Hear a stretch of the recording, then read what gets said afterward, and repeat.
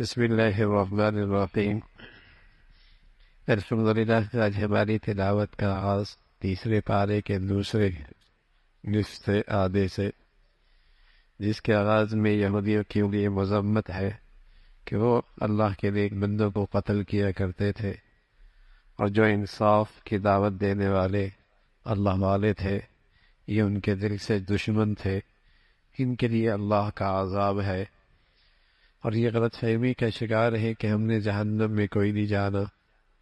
پھر تذکرہ فرمایا کہ اللہ کی بڑائی، اللہ کی عظمت، اللہ کی شان ہے، جسے چاہے ذلت سے عزت کے نقشوں میں ذلت سے عزت کے نقشے عطا فرمائے، اور جسے چاہے عزت کے نقشوں میں رسوا کر دے۔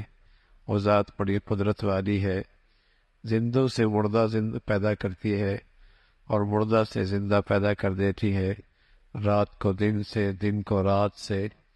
یہ سب اسی کے قدرت کے نشانیاں ہیں۔ ایمان والوں کو تلقین فرمائی، کفار سے دلی دوستی نہ لگانا، ایمان والوں کو چھوڑ کر کفار سے دلی دوستی نہ لگانا۔ اگر اللہ سے سچی محبت ہے تو راستہ رسول اللہ صلی اللہ علیہ وسلم کی اتباع اور پیروی ہے۔ یہی وہ راستہ ہے، تم اللہ کے محبوب بن سکتے ہو اور اللہ تمہاری خطاؤں کو معاف فرما دیں گے۔ پھر حضرت عمران کا تذکرہ ہے۔ ان کے اہلیہ بھی بڑی نیک خاتون تھی، انہوں نے بہت عرصہ ہوا ان کی اولاد نہیں ہو رہی تھی، پھر اللہ کے سامنے انہوں نے نظر مانی، اے اللہ اولاد دے دے، بیٹا دے دے، میں تیرے بھائی کی خدمت کے لیے اسے وقف کر دوں۔ یہ بڑے اعزاز کی بات ہوتی تھی، کسی گھر، کسی خاندان، کسی کنبہ، کسی خاندان کا کوئی فرد اللہ کے گھر کی خدمت کرتا ہو، یہ بڑے اعزاز کی بات ہوتی۔ اللہ کے نبی سے پہلے بھی مشرکین مکہ کے ہاں بھی، حالانکہ ان کے ہاں ایمان نہیں تھا لیکن اللہ کو تو مانتے تھے، ان کا یہ بڑے اعزاز کی بات ہوتی تھی بیت اللہ کی خدمت کرنا، بڑے اعزاز کی بات ہوتی، اور بس اوقات اس اعزاز کو لینے کے لیے ان کے تلواریں نیاموں سے نکل آیا کرتے تھے۔ ایک مرتبہ تو ایسا ہوا کہ حجر اسود کو جب لٹایا گیا اور پھر رکھنے کی نوبت آئی تو ہر قبیلہ چاہتا تھا کہ یہ اعزاز ہمارے قبیلوں کو ملے۔ اللہ کے نبی صلی اللہ علیہ وسلم کو اب تک نبوت نہیں ملی تھی، سب نے یہ طے کیا کہ یہ آدمی ہمارے میں بڑا سچا ہے اور بڑا منصف مزاج ہے، تو اگر یہ فیصلہ کر لے تو ہمیں قبول ہو جائے۔ بیت اللہ کے اطراف میں آنے والوں کی بڑی خدمت ہوا کرتی تھی، کوئی سبیلیں لگایا کرتا تھا دودھ کی، کوئی ستو کی، کوئی میٹھے پانی کی، تو اللہ کے گھر کی خدمت بڑے اعزاز کی بات ہوتی۔ یہ تو اب دور بدل گیا نا، اب لوگوں کے ہاں اسٹیٹس یہ کہ بڑے کلب کا ممبر کون ہے۔ پہلے مسلمانوں میں اعزاز یہ ہوتا تھا کہ اللہ کے گھر کی خدمت میں کون آگے، اور اللہ کے گھر میں کون آگے۔ اس کائنات کے سب سے بڑے آدمی محمد رسول اللہ ہیں، اللہ کے گھر میں سب سے آگے۔ اللہ کے گھر بنانے میں بس اوقات آپ پتھر اٹھا رہے ہیں، پتھر اٹھا رہے ہیں، حالانکہ آپ کے جانثار موجود ہیں، آپ اشارہ کرتے تو گردنیں پیش کرنے کے لیے تو تیار تھے، لیکن آپ کیوں پتھر اٹھا رہے ہیں؟ اعزاز، نصیب کی بات۔ تو اس خاتون نے نظر مانی کہ اے اللہ بیٹا دے دے، تیرے گھر کی خدمت کرے گا۔ اس وقت اللہ کا گھر جو سب سے پہلا قبلہ تھا مسلمانوں کا، بیت المقدس، اے اللہ تیرے گھر کی خدمت کرے گا۔ اللہ کی شان، بیٹا نہیں ہوا، بیٹی ہو، تو بات تھوڑی سی رنجیدہ سی ہوئی، غم زدہ ہوئی کہ میری نظر کیسے پوری ہوگی اور مجھے یہ اعزاز کیسے ملے گا۔ بیٹیاں تو گھر کی خدمت کے لیے قبول نہیں ہوتی، وقف نہیں ہوتی، بیٹا نہیں ہوا۔ تو اللہ تعالیٰ نے حوصلہ دیا، ہمت بڑھائی، بیٹی ایسی ہے جس پر ہزاروں بیٹے قربان۔ مائی مریم، اور مریم کیا تھی؟ بچپن ہی کی ولیہ تھی، بچپن ہی کی ولیہ تھی۔ آپ کے پاس بغیر موسم کے پھل آیا کرتے تھے، پیدائشی ولیہ تھی، بغیر موسم کے پھل آیا کرتے تھے۔ ایک دن حضرت زکریا علیہ السلام نے دیکھا کہ اس کے پاس تو پھل آتے ہیں اور بغیر موسم کے۔ پوچھ لیا بیٹی یہ کہاں سے آتے ہیں؟ کہ اللہ دیتا ہے، اللہ دیتا ہے۔ تو فوراً حضرت زکریا علیہ الصلوۃ والسلام کا خیال اللہ کی قدرت کی طرف تازہ ہو گیا۔ آپ کی اولاد نہیں تھی، بوڑھے ہو چکے تھے، سر کی چاندی چمک رہی تھی، سر کے بال سفید ہو چکے تھے، بیوی بانج بھی تھی اور بوڑھی بھی تھی۔ یہ موسم اولاد کا تھا نہیں دونوں کے لیے، نہ باپ شوہر کے لیے نہ بیوی کے لیے۔ اللہ میاں سے دعا کر دی، اے اللہ تو مریم کو بغیر موسم کے پھل دے سکتا ہے تو مجھے بغیر موسم کے اولاد دے دے۔ کچھ ایسی انکساری اور کیسی عاجزی، کچھ ایسی فریاد تھی، اللہ نے فریاد قبول کر لی۔ پوچھا کہ اللہ بیٹا تو ہوگا لیکن کیا میں جوان ہو جاؤں گا اور میری بیوی بھی جوان ہو جائے گی؟ فرمایا نہیں، دونوں بوڑھے رہو گے، اسی بڑھاپے کے اندر ہو، اسی بڑھاپے کے اندر ہوگی۔ اور ہوا بیٹا، اور بیٹا بھی پھر حضرت یحییٰ جیسا پاک دامن، عفیف، نیک سیرت، صالح، اللہ نے حضرت یحییٰ کی صورت میں بیٹا عطا فرمایا۔ تو یہ اللہ کی قدرت۔ آگے واقعہ اس سے بھی زیادہ غیر معمولی اللہ کی قدرت۔ یہاں تو اماں بھی ہیں، ابا بھی ہیں، اگرچہ بوڑھے ہیں لیکن ہیں تو صحیح نہ۔ آگے پیدائش حضرت عیسیٰ علیہ الصلوۃ والسلام، اس کا تذکرہ ہے، جن کے تو والد ہی کوئی نہیں۔ اللہ رب العزت نے مریم سے پیدا فرمایا، والدہ ہے، والد کوئی نہیں ہے، حضرت عیسیٰ علیہ الصلوۃ والسلام ہیں۔ اور سبحان اللہ، پھر اللہ نے ان کو ایسا نبی بنایا، ایسا رسول بنایا، معجزے دیے، معجزے بھی غیر معمولی۔ ایک تو یہ معجزہ تھا کہ بچپن ہی میں حضرت عیسیٰ علیہ الصلوۃ والسلام نے بولنا شروع کر دیا۔ دوسرے معجزے دیے کہ آپ پرندہ مٹی سے بناتے، ہوا میں اڑاتے، اس میں زندگی آ جاتی تھی۔ کوئی مادر ذات اندھا پیدا ہوتا، آپ اس کی آنکھوں پہ ہاتھ لگاتے، بینائی واپس آ جاتی تھی۔ مردے کو آپ زندہ کر دیا کرتے تھے۔ اس زمانے کے اندر طب کا بڑا چرچا تھا، طبیب اپنی مہارت رکھتے تھے۔ اللہ رب العزت نے نبی کا معجزہ ایسا دیا کہ ساری دنیا کے طبیب اکٹھے ہو جائے، ایسا تو کوئی نہیں کر سکتا۔ معجزہ ہے ہوتا ہی ایسا ہے کہ وقت زمانے کے لوگ اس جیسا نہ کر سکے۔ طبیب کیا کر سکتا ہے؟ بینائی ٹھیک تو نہیں ٹھیک کر سکتا ہے، لیکن مادر ذات کو تو بینائی نہیں آ سکتی، مردے کو تو زندہ نہیں کر سکتا۔ لیکن اللہ نے حدیث علیہ الصلوۃ والسلام کو یہ سارے معجزے عطا فرمائے۔ یاد رکھیے گا، معجزہ اللہ کا قدرت کا شکار ہوتا ہے، اللہ کی قدرت ہوتی، نبی کے ہاتھ پہ ظاہر ہوتا ہے، نبی کے اختیار میں نہیں ہوتا۔ جب چاہے کوئی معجزہ دکھا دے، جب چاہے کوئی ولی کرامت دکھا دے، ایسا نہیں ہے۔ قدرت اللہ کی، آپ کی سچائی کے لیے، آپ کی سچائی کے اعلان کے لیے اللہ اس قسم کے معجزات دکھاتے ہیں، اپنے نبیوں کو دیتے ہیں۔ ہمارے نبی صلی اللہ علیہ وسلم کو بڑے غیر معمولی معجزے ملے، غیر معمولی معجزے ملے۔ ایک مرتبہ آپ نے انگلی ڈالی پانی میں اور بڑے لشکر نے پانی پی لیا، پانی ختم کوئی نہیں ہوا۔ ایک روایت میں آتا ہے ابراہیم ابو ہریرہ رضی اللہ عنہ بھوک میں تھے، آپ علیہ الصلوۃ والسلام نے دیکھا کہ طالب علم تھے، یہ صفہ کے طالب علم تھے۔ نبی علیہ الصلوۃ والسلام کا پہلا تعلیمی ادارہ، دینی تربیت کا ادارہ تھا صفہ۔ یہ کماتے وقاتے کچھ نہیں تھے، بس جو بھیج دیتا تھا اس پہ گزارا ان کا ہوا کرتا تھا۔ تو آپ نے دیکھا کہ بھوک ہے، ساتھ گھر لے گئے تو ایک برتن میں دودھ موجود ہے۔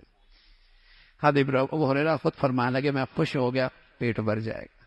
اتنے میں اللہ کے نبی صلی اللہ علیہ وسلم فرمایا، جتنے صفہ میں طلباء ہیں نا، سب کو بلا لو۔ فرمایا میرے خیال میں آیا کہ تھا ہی تھوڑا سا، جب سب کو بلاؤں گا تو ظاہر ہے مجھے سب سے آخر میں ملے گا، میرے کیا بچے گا۔ لیکن اللہ کے نبی صلی اللہ علیہ وسلم کا حکم تھا، میں سب کو بلا کے لیا، وہی سے کہا پلاؤ ان کو۔ اب میں ڈول لے کے پلا رہا ہوں، ایک کو پلایا، دوسرے کو پلایا، تیسرے کو ملایا، 10 کو پلایا، ڈول کا دودھ ختم نہیں ہو رہا۔ جب میری باری آئی، کہا پیو، میں نے پیا، کہا اور پیو، اور پیا، پھر کہا اور پیو، میں نے اور پیا۔ جب پھر فرمایا کہ اور پیو، میں نے کہا یا رسول اللہ اب گنجائش نہیں۔ پھر حضور علیہ الصلوۃ والسلام نے اسے پیا اور پھر ختم ہوا۔ معجزہ۔ اور بھائی وہ تو سارے معجزے آئے اور چلے گئے، لیکن قرآن کا معجزہ آپ نہیں دیکھا، صدیاں ہو گئی ہیں بھائی، اس کے ایک نقطے میں فرق نہیں ہے۔ اور اس معجزے کو نہیں دیکھتے. معصوم سا بچہ جس کی عمر 7 سال 8 سال وہ بھی اپنے سینے میں محفوظ کر لیتا ہے. مجالے آگے والا غلط پڑے پیچھے سے لقمہ دے گا، پیچھے سے غلطی بتائے گا. تو اللہ کے نبی صلی اللہ علیہ وسلم کو معجزے ملے. حضرت عیسیٰ علیہ الصلوۃ والسلام کے یہ معجزے تھے. پھر عیسائی یہودی آپ کے جانی دشمن، جانی دشمن، آپ کو شہید کرنے کی انہوں نے سازش کی. لیکن اللہ اللہ ہے، انہوں نے تدبیر کی، اللہ نے بھی تدبیر کی، اللہ کی تدبیر غالب آ گئی. یہودیوں کا عقیدہ ہے کہ ہم نے قتل کر دیا اور پھر قبر پھٹی اور پھر آپ آسمانوں پہ چلے گئے. عیسائیوں کا عقیدہ ہے آپ کو سولی دے دی گئی. مرزائی، قادیانی، جھوٹے نبی کے پیروکار، کافر، مرتد، ان کا عقیدہ یہ ہے کہ عیسیٰ علیہ السلام زخمی ہو گئے، پھر کشمیر چلے گئے، وہاں ان کا علاج ہوا، پھر وہیں ان کی زندگی ختم ہو گئی، وہیں مر گئے. مسلمانوں کا عقیدہ جو قرآن نے بتایا، عیسیٰ علیہ السلام کو اللہ نے زندہ آسمانوں پہ اٹھا دیا اور قرب قیامت میں پھر دنیا میں تشریف لائیں گے اور پیارے نبی کی شریعت پہ عمل کریں گے. قرآن نے یہی بتاتا کہ یہودیوں نے سازش کی شہید کرنے کی، اللہ کی تدبیر غالب آ گئی، اللہ نے آسمانوں پہ اٹھایا، اللہ تعالیٰ نے آسمانوں پہ اٹھایا، اس کا تذکرہ فرمایا.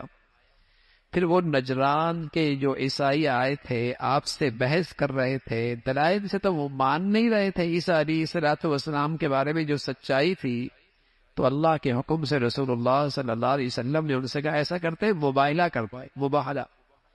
مباہلہ یہ ہوتا ہے کہ تم بھی اپنے گھر والوں کو بلاؤ، میں بھی اپنے گھر والوں کو بلاتا ہوں، ایک میدان میں اکٹھے ہو جاتے ہیں، اللہ سے دعا کرتے ہیں اے اللہ جو ہم سے جھوٹا ہے اس پہ تو لعنت بھیج.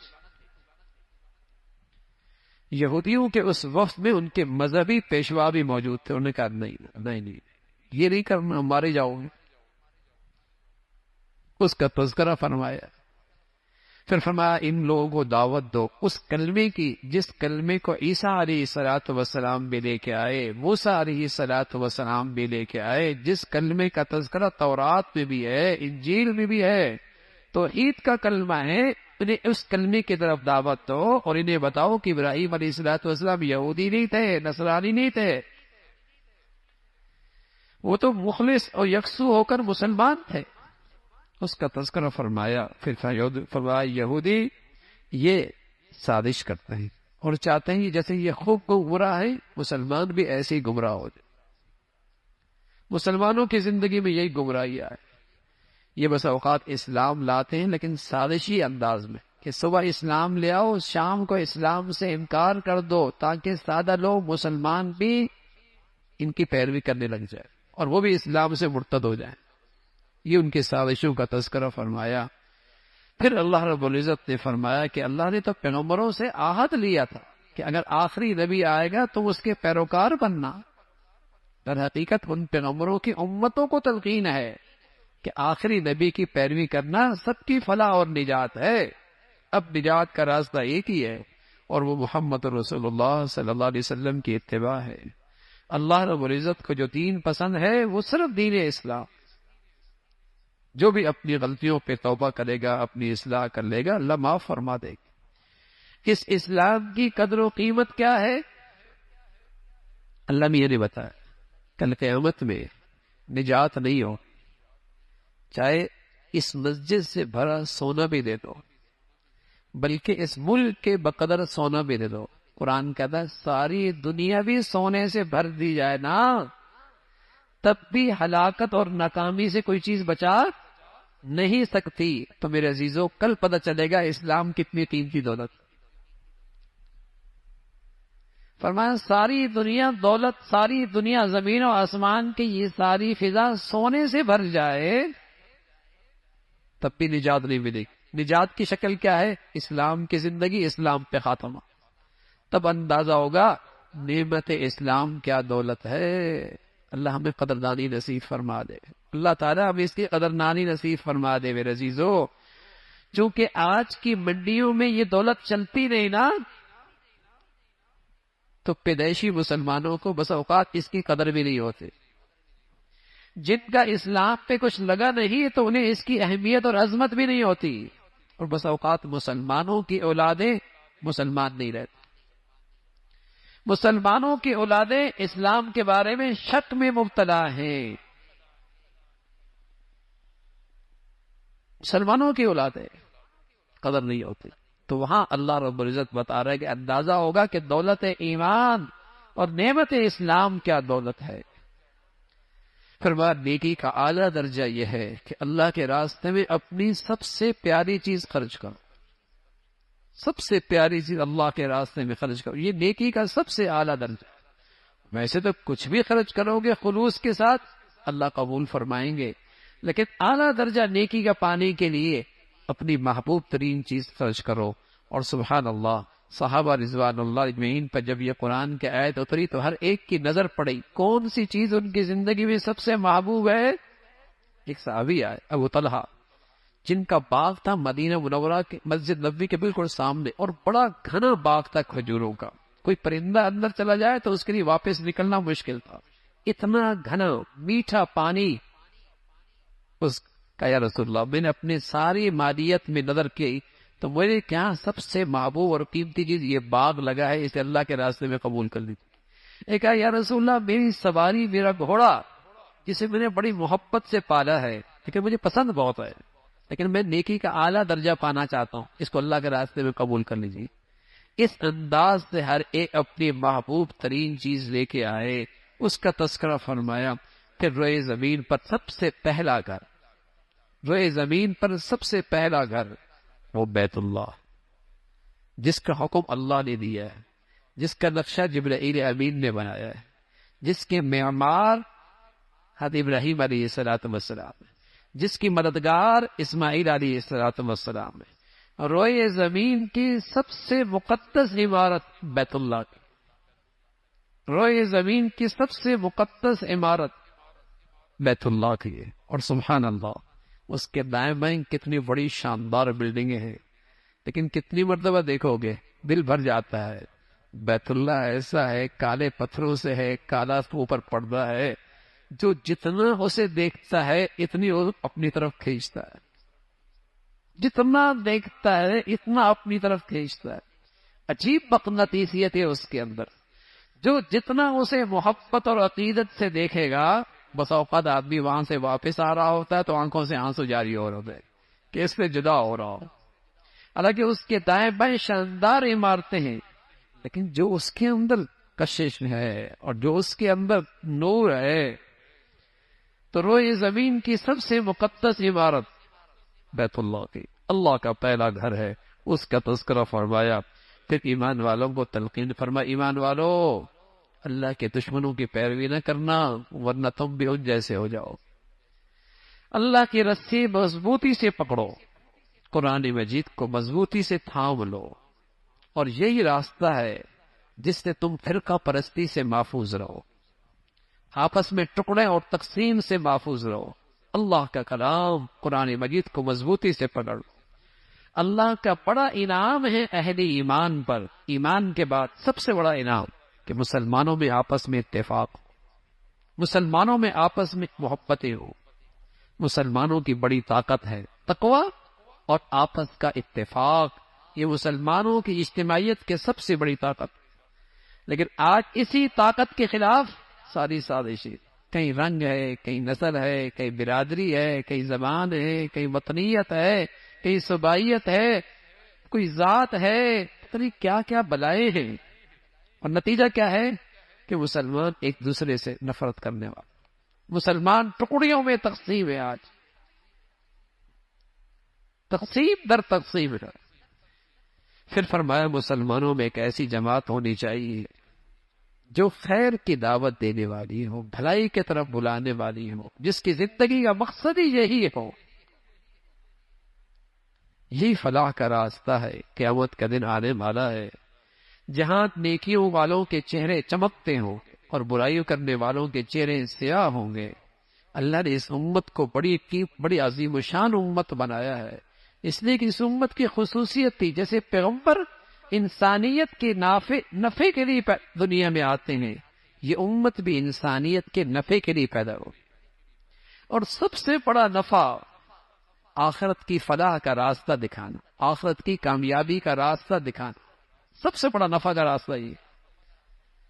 پھر فرمایا سارے اہل کتاب ایک جیسے نہیں ہیں، کوئی انصاف پسند بھی ہے جو قرآن پر ایمان لے آتے ہیں، رسول پر ایمان لے کے آتے ہیں، ان کی تعریف فرمائی، برائیوں سے روکتے ہیں، اچھائیوں کی طرف بلاتے ہیں، ایمان والوں کی تلقین پر ایمان والوں کبھی کفار کو اپنا مشیر مت بناؤ اور ان کو رازدار مت بناؤ، اس لیے کہ وہ کبھی تمہارے لیے دل سے خیر خواہ نہیں ہو سکتے۔ اگر کافر اپنی کفر پر پکا ہے وہ کبھی مسلمانوں کا خیر خواہ نہیں ہو سکتا۔ تمہیں کوئی اچھائی پہنچ جائے تو انہیں بڑا برا لگتا ہے، اور تمہیں کوئی مصیبت آ جائے تو انہیں بڑی خوشی ہوتی ہے۔ کبھی کبھی اندر کا بغض اور کینہ ان کی زبانوں پہ آ جاتا ہے، لیکن جو ان کے دلوں میں ہے وہ زبانوں پہ آنے والے سے زیادہ ہے۔ اس کا تذکرہ فرمایا۔ پھر غزوہ بدر کا تذکرہ مختصر سا، جہاں اللہ کے نبی صلی اللہ علیہ وسلم اپنے سپاہیوں کو اور اپنے ساتھیوں کو مختلف جگہوں پہ کھڑا کر رہے، اور پھر اللہ کی مدد اور نصرت اس مختصر سی جماعت پر آئی کہ غزوہ بدر کی جو فتح ہوئی، اور یہ اسلام کا پہلا جو غزوہ تھا، اس فتح کی بنیاد افراد کی کثرت نہیں اور اسلحہ اور اسے کہیں کہ اسباب و وسائل کی کثرت نہیں، اس کی وجہ صرف اللہ اور اللہ کے رسول سے سچی وفاداری اور دین پر استقامت اور اللہ کی مدد اور نصرت، اس کی بدولت اللہ نے بدر کی شکل میں مسلمانوں کو پہلی فتح نصیب کی، ورنہ دشمن تعداد میں زیادہ تھے۔ یہاں اللہ کے فرشتے آسمان سے زمین پہ اترے، جس سے مسلمانوں کا حوصلہ اور بڑھ گیا، اور پھر اللہ نے اہل ایمان کو تلقین فرمائی، سود نہ کھاؤ، اللہ سے ڈرو، اللہ سے ڈرو۔ اور متقی لوگوں کا تذکرہ فرمایا کہ متقی لوگ کون ہوتے ہیں؟ جو ہر حال میں خرچ کرتے ہیں، غصے کو پی لیا کرتے ہیں، معاف کر دیا کرتے ہیں، احسان کیا کرتے ہیں، اور اگر ان سے کوئی گناہ ہو جائے گناہ پر اصرار نہیں کرتے، بلکہ ندامت اور شرمندگی کے ساتھ اللہ کی بارگاہ میں توبہ کرتے، ندامت اور شرمندگی کے ساتھ اللہ کے حضور توبہ کرتے ہیں۔ یہ متقی لوگ ہیں جو گناہوں پہ اصرار نہیں کرتے، ان کے لیے جنت ہے اور جنت کے انعامات ہیں۔ پھر غزوہ احد کا تذکرہ ہے تقریباً 55 آیات۔ یہ اہل ایمان کے لیے ایک بڑی آزمائش تھی، جیتی ہوئی جنگ اور جیتی ہوئی کامیاب جسے کہیں کہ بازی، مسلمان آزمائش کا شکار ہو گئے اور مسلمانوں کو شکست ہونے لگی، جیتی ہوئی بازی، اس کا تذکرہ، اور اس میں بہت کچھ نصیحت ہے اہل ایمان کے لیے، اور بہت کچھ ہدایت تھی مسلمانوں کے لیے، اور بڑی عبرت تھی اس میں مسلمانوں کے لیے، اور اس میں بڑے نصائح تھے اہل ایمان کے لیے۔ ایک بڑا مقصد تو اس میں یہ تھا کہ جب شکست ہو رہی ہے اور مسلمان زخمی ہو رہے ہیں اور شہداء کی تعداد بڑھ رہی ہے، تو کون ایمان پہ جمع رہتا، تاکہ پتہ لگے ایمان اور منافق واضح فرق معلوم ہو جائے۔ دوسرا فرمایا اس کا مقصد یہ تھا کہ مسلمانوں میں سے کچھ لوگ تھے جن کو اللہ شہادت کا مرتبہ دینا چاہتا تھا، شہادت کا مرتبہ دینا چاہتا تھا۔ اور تیسری بات فرمائی کہ میدانوں کے اندر یہ چیز ہوتی ہے، کبھی کوئی جیتتا ہے، کبھی کوئی جیتتا ہے، کبھی کوئی جیتتا ہے، کبھی جوتا ہے، یہی تو آزمائش ہے، یہی تو آزمائش ہے۔ اس کا تذکرہ فرمایا، لیکن ساتھ فرمایا ایمان والو، اگر تم ایمان کے تقاضے پورے کرو گے، کامل طور پہ ایمان کے تقاضے کرو گے، تو غالب تم ہی رہو، وَأَنْتُمُ الْأَعْلَوْنَ إِن كُنتُم مُؤْمِنِينَ، ایمان والو غالب تم ہی رہو گے اگر تم نے ایمان کے تقاضے پورے کیے۔ آج جو ذلت اور رسوائی ہے اس کی وجہ یہ ہے آج مسلمان دینی ایمانی زندگی سے بہت دور جا چکا ہے۔ فرمایا وَلَا تَهِنُوا وَلَا تَحْزَنُوا، غم نہ کرو، ہمت نہ ہارو، تم ہی سر بلند رہو گے اگر ایمان کے تقاضے پورے کیے۔ اگر آج ان کو زخم لگا ہے، اس سے پہلے انہیں بھی تو زخم لگے ہیں، اور تم میں سے اللہ میاں بہت ساروں کو شہادت کا مرتبہ دینا چاہتا ہے۔ آپ علیہ الصلوۃ والسلام کے بارے میں خبر آ گئی کہ آپ شہید ہو گئے، جس سے مسلمانوں کے تاکہ حوصلے پست ہو جائیں۔ ان کو چاہت، ان کی سازش یہ تھی، لیکن اللہ رب العزت نے اس کو مسلمانوں کی تربیت کا ایک اصول بنا دیا اور مسلمانوں کو تلقین فرمائی کہ محمد صلی اللہ علیہ وسلم بھی دیگر رسولوں کی طرح ایک رسول ہیں، جیسے پہلے آئے تھے آپ بھی چلے جائیں گے، لیکن کیا آپ چلے جائیں گے، آپ دین چھوڑ دیں گے؟ دین تو نہیں چھوڑنا، تم تو محمد رسول اللہ صلی اللہ علیہ وسلم کے بارے میں عقیدہ رکھو کہ جیسے پہلے رسول آئے آپ بھی تشریف لے جائیں گے۔ اسی کا تذکرہ فرمایا۔ پھر اللہ اور اللہ کے رسول کی اطاعت ہے۔ جب مسلمانوں کو احد کے موقع پہ شکست سے دوچار ہونا پڑا اور 70 ساتھی شہید ہوئے، جن میں حضرت حمزہ رضی اللہ تعالیٰ عنہ بھی ہیں، جو سید الشہداء ہیں، آج بھی احد میں ان کی قبر موجود ہے، آج بھی وہاں ان کی قبر موجود ہے۔ بڑی مسلمانوں پر ایک آزمائش آئی، جیتی ہوئی جنگ مسلمانوں کے لیے شکست کا باعث بن گئی، لیکن جیسے ہی یہ حالات آئے اللہ نے کفار کے دل میں رعب ڈالا، وہ بھاگ کھڑے ہوئے۔ بعد میں جب دور جا کے پہنچے تو انہیں خیال آیا کہ اچھا موقع تھا، آج اسلامی فوج کو بالکل نیست و نابود کر دیتے اور ان کو ملیا میٹ کر دیتے۔ واپس آنے لگے۔ جیسے واپس آنے لگے ادھر اللہ کے نبی صلی اللہ علیہ وسلم کو اللہ نے بتا دیا کہ وہ آ رہے ہیں، تو آپ نے اپنا لشکر تیار کیا اور آپ نے اعلان کر دیا کہ جو ساتھی احد میں شریک تھے دوبارہ میدان کے لیے تیار ہو جائیں۔ سبحان اللہ، 70 ساتھیوں کو ابھی ان کی تدفین ہوئی، باقی ساتھی زخموں سے دوچار ہیں اور باقی تھکاوٹ اپنی جگہ پر، لیکن وہ اللہ کے نبی کے مخلص وفادار پھر ساتھ کھڑے ہو گئے۔ اور تقریباً مدینہ سے 7 کلومیٹر دور ایک مقام تھا حمراء الاسد، وہاں تک پہنچے، لیکن اللہ رب العزت نے کفار کے دل میں ایسا رعب ڈالا وہ بھاگ نکلے، اور اللہ رب العزت نے مسلمانوں کو وہ فتح نصیب فرمائی، اس کا تذکرہ اور پھر اہل ایمان کی تعریف فرمائی۔ لیکن ایسے موقع پہ جب مسلمانوں کی شہداء کی تعداد زیادہ ہوئی اور مسلمان زخمی بھی زیادہ ہوئے، جیتی ہوئی جنگ آزمائش کے شکار ہو گئے، تو اس موقع پہ منافقین کو سازش کرنے کا موقع مل گیا اور انہوں نے پروپیگنڈا شروع کر دیا۔ ہم نہیں کہتے تھے نہ جانا، ہم نہیں کہتے تھے کہ مارے جاؤ گے، ہم نہیں کہتے تھے کہ اگر ہماری طرح تم عقل سے کام لیتے تو آج محفوظ ہوتے اور اتنا نقصان نہ اٹھانا پڑتا۔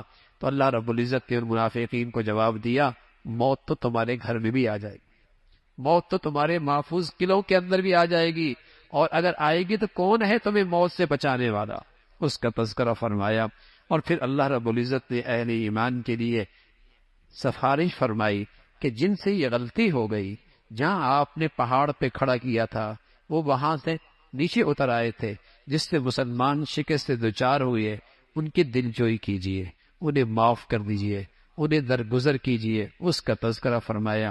پھر اللہ رب العزت نے اہل ایمان سے کہا، ایمان والو تم اپنی نبی کی اتباع کیا کرو اور اپنی نبی کی پیروی کیا کرو، اور ساتھ ان کی مذمت فرمائی۔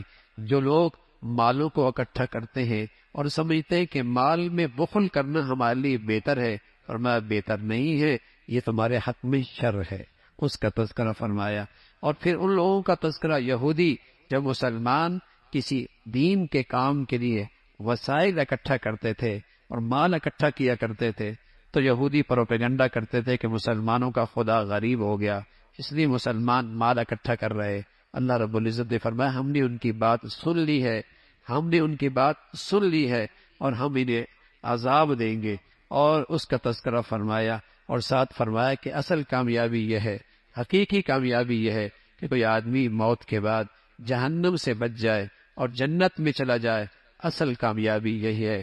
باقی دنیا ایک آزمائش کی جگہ ہے، ایک دھوکے کی جگہ ہے، کفار کی طرف سے تو پر مختلف قسم کے تکالیف آئیں گی، زبانی، تمہارے جان کے بارے میں، مال کے بارے میں، ذات کے بارے میں، لیکن تم صبر اور تقوی سے کام لینا، یہ تمہارا کچھ نہیں بگاڑ سکتے۔ پھر اللہ رب العزت نے فرمایا حقیقی عقل مند وہی ہے جو اللہ کی قدرت میں غور و فکر کر کے اللہ کا قرب پاتا ہے۔ اور پھر ایمان والے کی وہ مناجات جو وہ اللہ سے دعائیں کرتے ہیں، اس کا تذکرہ فرمایا، اور اہل ایمان کے بارے میں فرمایا کہ ایمان والو تم کفار کی ظاہری ترقی سے دھوکہ نہ کھاؤ، حقیقت میں کامیابی وہی ہے جو ایمان اور اعمال صالحہ کے بعد آخرت میں تمہیں نصیب ہوگی۔ اور ایمان والوں کو چند اصول بتائے، ہمیشہ صبر سے کام لینا اور دین پہ جمے رہنا اور اپنی دینی سرحدوں کی حفاظت کرنے میں چوکنا اور ہوشیار رہنا اور تقوی اختیار کرنا، بس تم کامیاب ہو جاؤ گے، بس تم کامیاب ہو جاؤ گے۔ اللہ رب العزت عمل کی توفیق نصیب فرمائے۔